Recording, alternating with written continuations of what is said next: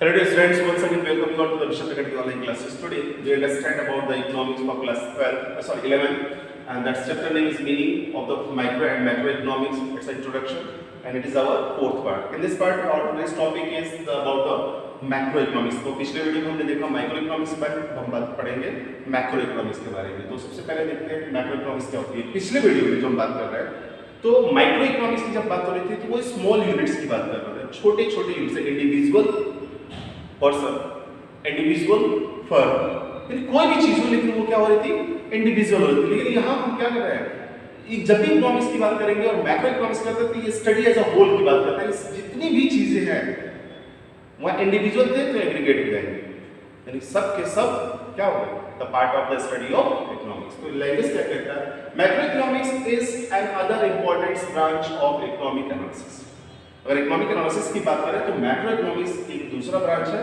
Micro small units के लिए है और ये large units. Macro economics study the such aggregate of which represent the entire.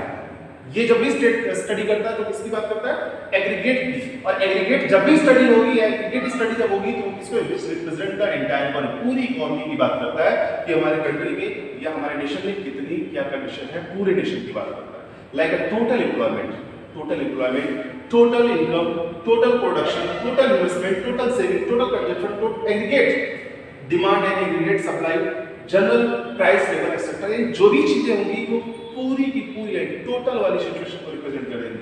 The terms macro in English its origin in the Greek terms macros, that's the last. ये macro से हुआ है, उसका भी मतलब होता है, उसका छोटा होता है, और यहाँ पे मैक्रोस से हुआ है और इसका मतलब होता है लार्ज, बड़ा होता है. In the context of micro economics the large means economy as a whole.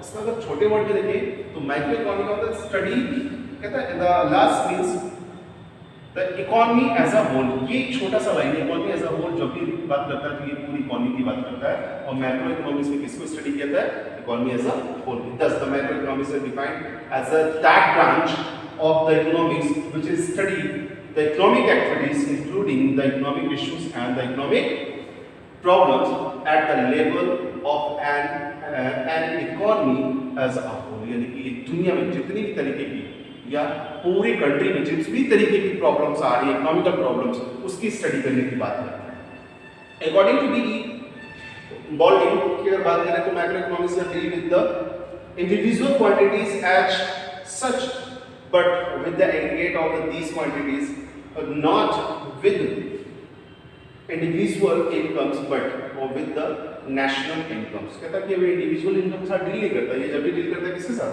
National income के साथ डील करता है. इनकी ब्रॉडर एरिया में ये स्टडी किया जाता है. जैसे पहले बताया गया कि माइक्रो को स्टडी करेंगे तो हम मैक्रो को स्टडी कर पाएंगे. तो माइक्रो लेवल से स्टार्ट होता है, उसकी कैरेक्टरिस्टिक्स है कि माइक्रो लेवल की स्टडी के बगैर हम मैक्रो लेवल की स्टडी को नहीं कर सकते.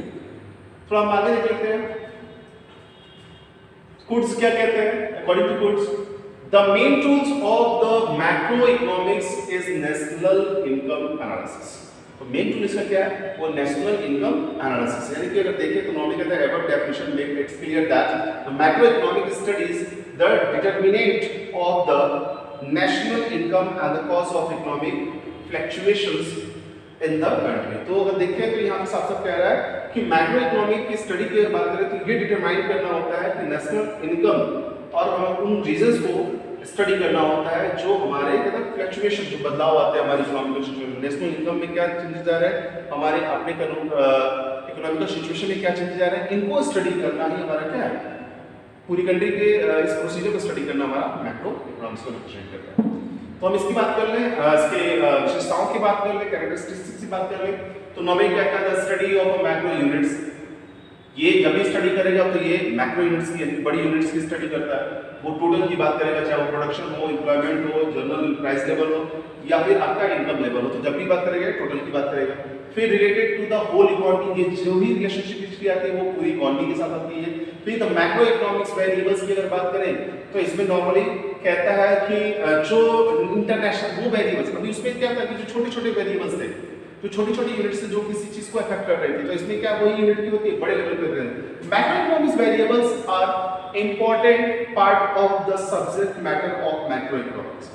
अगर मैक्रोइकोनॉमिक्स वेरिएबल्स यानी बड़े बड़े जो कॉन्सेप्ट होते हैं, बड़े बड़े रीजंस की हम बात कर रहे हैं, या वो चीजें जो क्या करती है किसी भी एक्टिविटीज को अफेक्ट करने का काम करती है, वो क्या होती है, वो सब्जेक्ट मैटर होती है किसका, मैक्रोइकोनॉमिक्स के एनालिसिस का। ठीक है ना, macroeconomics variables are related with the entire. हम अगर मैक्रोइकोनॉमिक्स के वेरिएबल्स की बात करें तो ये वो वेरिएबल्स होते हैं जो पूरी इकोनॉमी के साथ रिलेट करते हैं। A few macroeconomic variables like a national savings and the investment GNP यानी gross national product, national income, total employment, aggregate demand and aggregate supply etcetera, ये क्या है, ये कुछ मैक्रो इकोनॉमिक वेरिएबल्स हैं। तो हम बात करते हैं मैक्रो टूल्स की। तो मैक्रो टूल्स में हमारे कुछ टूल्स आते हैं। ये नॉर्मली करते क्या, macro tools of the macro for the fulfilment of the different objective is called macro tools, यानी कि वो वेरिएबल्स जो क्या करते हैं मैक्रो के अलग अलग रिक्वायरमेंट को फुलफिल करने का काम करते हैं, वो होते हैं हमारे मैक्रो टूल्स होते हैं। तो इसमें फिजिकल पॉलिसीज हमारे पास आती है, मॉनेटरी पॉलिसीज और आती है इनकम पॉलिसीज। ये तीन तरह की पॉलिसीज हम स्टडी करते हैं। तो अगर हम बात कर लें स्कोप की, अब तो स्कोप क्या है, स्कोप कहता है कि स्कोप ऑफ मैक्रोइकोनॉमिक्स तो पहले था इनकम एंड एम्प्लॉयमेंट थ्योरी की बात करता है, जिसमें थ्योरी ऑफ कंजम्पशन फंक्शन और इन्वेस्टमेंट थ्योरी की बात करता है। दूसरी बात करता है theory of general price level की बात करता है, एंड इसके साथ साथ इन्फ्लेशन की बात करता है, महंगाई वगैरह की बात करता है। फिर इसके साथ साथ हमारा आता है थ्योरी ऑफ ट्रेड साइकिल, यानी कि जो हमारा बिजनेस रन कर रहा होता है उसके साथ जो ट्रेड साइकिल हमारी रन कर रही होती है उसको स्टडी करने की बात करता है। फिर कहता है theory of the economic growth and the micro theories of the distribution. ये सारी चीजें क्या करती हैं, हमारे मैक्रो इकोनॉमिक्स का या मैक्रो स्टडीज का पार्ट होती है। हम इसमें थोड़ा सा सेकंड पॉइंट को स्टडी कर लें, देख लें थोड़ा सा पॉइंट सबके बारे में। यहाँ पे से कहा गया पहले पॉइंट था economic and income and employment theory. तो इनकम एंड एम्प्लॉयमेंट थ्योरी की बात करें तो नॉर्मली कहता है कि जो मैक्रो लेवल होती है तो ये क्या होती है, पूरे नेशन की क्या इनकम है उसके ऊपर बात करते हैं। तो जिससे कह रहा है कि macroeconomics deal with the national income, इसकी जो डीलिंग होती है किसके साथ होती है, नेशनल इनकम के साथ होती है। It's include the study of the various components of the national income and measurement methods of the national income. ये उन कंपोनेंट्स की बात करता है जिसके थ्रू हम क्या करते हैं, नेशनल इनकम को कैलकुलेट करने का काम करते हैं, या उन मेथड्स की बात करता है जिसके थ्रू हम नेशनल इनकम को मेजर करने का काम करते हैं। इसके बाद बात कर लेते हैं theory of general price level and inflation की बात करें तो macro economics studies the various components of the money supply and effect of them on the economy, the determination of the wholesale price index and the change in the general price level are the also studies in the macroeconomics। तो normally अगर देखें तो जो हमारा क्या है components of money supply जो है वो इफेक्ट उसका क्या है पूरी इकोनॉमी के ऊपर हमारे पड़ता है। यानी इन्फ्लेशन पैट में चीज महंगाई होगी तो क्या उसका प्रभाव पड़ेगा, अगर डिफ्लेशन होता है तो उसका क्या प्रभाव पड़ेगा, जनरल प्राइस लेवल पे क्या बदलाव होना चाहिए, या किस तरीके की सिचुएशन होनी चाहिए जिससे हमारे ऊपर या हमारी इकोनॉमी के ऊपर कोई प्रभाव पड़ता है। ये तमाम तरह की चीजें इसके बारे में इसमें स्टडी करने का किया जाता है। फिर थ्योरी ऑफ ट्रेड साइकिल की बात करें तो नॉर्मली कहता है every economic face the problem of the boom and the depression. तो नॉर्मली देखिए प्रॉब्लम ऑफ बूम की अगर बात करें तो ऐसी सिचुएशन होती है जहां पे आप ज्यादा से ज्यादा प्रॉफिट को अर्न करने का काम करते हैं, और डिप्रेशन सिचुएशन ऐसी होती है जहां पे आपको फायदा नहीं होता, घाटे होते हैं, नुकसान होता है। तो ये दोनों जो ट्रेड साइकिल कभी आपका बूम सिचुएशन होगा तो कभी आपका डिप्रेशन होगा। तो ये इसको भी स्टडी करने से हम मतलब इसमें जब हम मैक्रो इकोनॉमिक्स को स्टडी करते हैं तो इस प्रॉब्लम से भी बचने का कुछ हमको तरीके मिल जाते हैं। यहाँ आगे भी कहता है during the process of the development these activities are termed as the trade and the business cycle। In business activities को हम बिजनेस साइकिल के रूप में देखते हैं जिसमें हम बूम और डिप्रेशन सिचुएशन को मेंटेन करते हैं। The theories of the trade cycle and the policies to control cycle fluctuations will come within the spheres of the macroeconomics। तो जैसे मैंने कहा कि ये उसके सिचुएशन में आती है, वो कंडीशन हमेशा इस बिजनेस एक्टिविटीज के साथ आती रहती है। हम बात करें इंपॉर्टेंस ऑफ मैक्रोइकोनॉमिक्स, इसका इंपॉर्टेंस क्या है। तो normally the formulation of the economic policies of the government, तो गवर्नमेंट जब भी इकोनॉमिक पॉलिसी करती है किसी एक इंडिविजुअल को फोकस करके नहीं बनाती है, जब भी वो बनाएगी तो पूरे नेशन को फोकस करके बनाती है, लेकिन नेशन की सिचुएशन क्या है वो मैक्रो स्टडी के थ्रू हमको पता चल जाता है। तो इस तरीके से देखें तो मैक्रो स्टडी के बेसिस पे हम स्टेट लेवल या सेंट्रल लेवल पे क्या करते हैं, गवर्नमेंट कोई पॉलिसी बनाने का काम करती है, इसको एनालिसिस करने के बाद। फिर कहता है इकोनॉमिक ग्रोथ, हम इससे ये देख सकते हैं कि हमारा इकोनॉमिकल ग्रोथ हो रहा है कि नहीं हो रहा है, यानी कि हम अगर स्टडी कर रहे हैं, हम देख रहे हैं चेंजेस आ रहे हैं कि नहीं आ रहे हैं, तो उसके थ्रू नहीं आ रहे हैं तो उसके थ्रू उसका पॉजिटिव इंपैक्ट कैसे लाया सकता है, उसमें चेंजेस कैसे ला सकता है, उसको ग्रोथ कैसे दे सकते हैं, इसके बारे में स्टडी कर सकते हैं। और साथ ही अगर आ रहे हैं तो किस स्पीड से आ रहे हैं और इसमें कहां तक की संभावना है, वो चीजें भी हम मैक्रो इकोनॉमिक्स के थ्रू अंडरस्टैंड कर सकते हैं। थोड़ा सा लैंग्वेज देखें तो both development and the underdeveloped countries, developed and underdeveloped countries have a primary goal of the achieving the higher rate of economic growth। तो दोनों कंट्री की बात करते हैं, डेवलप्ड हो या डेवलपिंग कंट्री हो, उन दोनों का जो प्राइमरी गोल है वो क्या है, क्या करना, higher rate of economic growth, यानी ज्यादा से ज्यादा इकोनॉमिकली बेनिफिट को अचीव करना। It requires the appropriate growth oriented policies after the detailed investigation of the forces operating in the economy, यानी कि उन फोर्सेस को, उन कंडीशंस को अंडरस्टैंड करने के बाद ये क्या करते हैं, पॉलिसीज को बनाने का काम करते हैं, ग्रोथ ओरिएंटेड पॉलिसीज को बनाने का काम करते हैं, जो वो कहां से मिलती है, इनको मैक्रो इकोनॉमिक्स के थ्रू मिलती है। फिर to study the working of economy, हमारी इकोनॉमी किस तरीके से वर्क कर रही है, ग्रोथ ओरिएंटेड है या नहीं है, या स्टेबल है, इसको भी स्टडी करने में हमारी मैक्रो इकोनॉमिक्स क्या करती है, हेल्प करती है। फिर कहता है help in the study of the micro economics, और इसके बेसिस पे हम क्या कहते हैं, मैक्रो इकोनॉमिक्स को अंडरस्टैंड कर सकते हैं, क्योंकि यहाँ पे मैंने कहा कि ये दोनों एक दूसरे के ऊपर इंटरडिपेंडेंट है। अगर माइक्रो इकोनॉमिक्स को स्टडी नहीं करते तो मैक्रो के कॉन्सेप्ट को फुलफिल नहीं कर पाएंगे, अगर मैक्रो को सीधे करते हैं तो माइक्रो अपने आप उसमें क्या होता है, इन्वॉल्व हो जाता है। फिर हम बात करें इंटरनेशनल कंपैरिजन की, बात करें तो अपनी इकोनॉमी को हम दूसरी कंट्री की इकोनॉमी के साथ कंपैरिजन कर सकते हैं और उनके ग्रोथ रेट को अपने ग्रोथ रेट के साथ मैच करके ये देख सकते हैं कि उनकी स्पीड क्या है और हमारी कंडीशन क्या है। अब हम बात करते हैं limitation of the macro economics, इसकी कुछ लिमिटेशन है। तो यहाँ पे क्या आता है कि मैक्रो इकोनॉमिक्स पैराडॉक्स की अगर बात करते हैं तो sometime aggregates provide the misleading conclusion. कई बार क्या होता है, जो एग्रीगेट्स हमारे पास अवेलेबल होते हैं वो मिसलीड करने का काम करते हैं, यानी कि ट्रू वैल्यू को रिप्रेजेंट करने का काम नहीं करते। What is true for an individual may not be true for entire groups. कई बार क्या होता है कि कुछ चीजें ऐसी होती हैं जो एक इंडिविजुअल के लिए ट्रू तो होती है, लेकिन पूरे ग्रुप के लिए या पूरे यूनिट के लिए वो ट्रू नहीं हो सकती।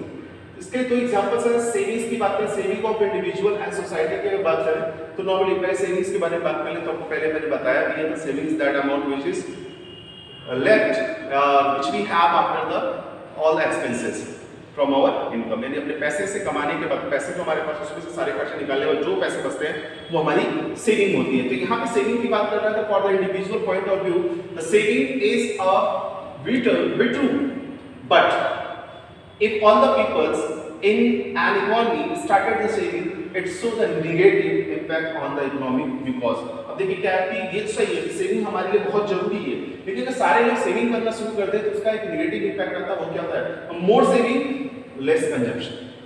जब ज्यादा पैसा बचाएंगे तो क्या होगा, खर्च कम करेंगे, जब खर्च कम करेंगे तो डिमांड कम होगी, जो क्या बताती है, नेगेटिव एस्पेक्ट को रिप्रेजेंट करती है। लेकिन अगर यहीं पे क्या हो, मींस अगर बात करते हैं डिक्रीज इन द प्रोडक्शन, और जब हमारा यहाँ पे जब लेस कंजप्शन होगा, डिमांड कम होगी तो प्रोडक्शन भी कम होगा और एम्प्लॉयमेंट भी क्या होगा, कम होगा और इनकम भी कम होगी।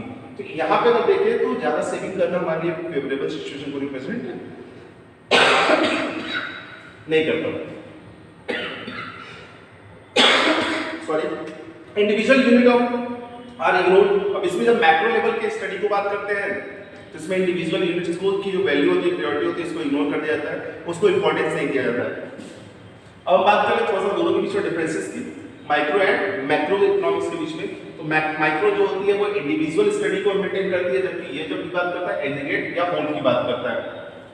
अगर हम बात करते हैं, it is the based on the assumption of the full employment. ये माइक्रो लेवल जो होता है वो फुल एम्प्लॉयमेंट को एजम्पशन कर सकता है, जबकि यहाँ पे क्या होता है, जो मैक्रो होता है हमारा, वो कहता है it is based on the assumption of under full employment of resources, यानी कि जो रिसोर्सेज हमारे पास आ रहा है वो पूरी तरीके से यूटिलाइज नहीं हो रहे हैं, इस चीज को ये बेस मान के वर्क करता है। फिर कहता है माइक्रो में it is based on the assumption of other things being equal.